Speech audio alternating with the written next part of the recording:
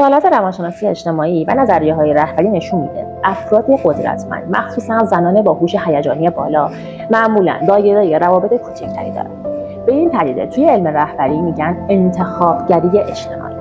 خیلی‌ها فکر میکنن اجتماعی بودن و قرار گرفتن توی جمع‌های زیاد نشونه قدرتشونه. در صورتی که روانشناسی اجتماعی نشون میده این همیشه درست نیست. افرادی که مدام دوست دارن توی جمع‌های بزرگ باشن اغلب دچار تایید دیگران هستن که این میتونه نشونه ضعف اون فرد باشه. در مقابل رهبران قوی و زنان قدرتمند به جای قرار گرفتن توی جمعیت زیاد قدرتشون رو روی گزینش افراد میذارن. این یعنی توانایی تشخیص اینکه چه کسی ارزش داره که وارد دایره نزدیک من بشه. پس اگر دایره روابطت کوچیکه، چه در کار چه در زندگی شخصی، به تبریک میگم. این نشونه اقتدار و بلوغ رهبری تو.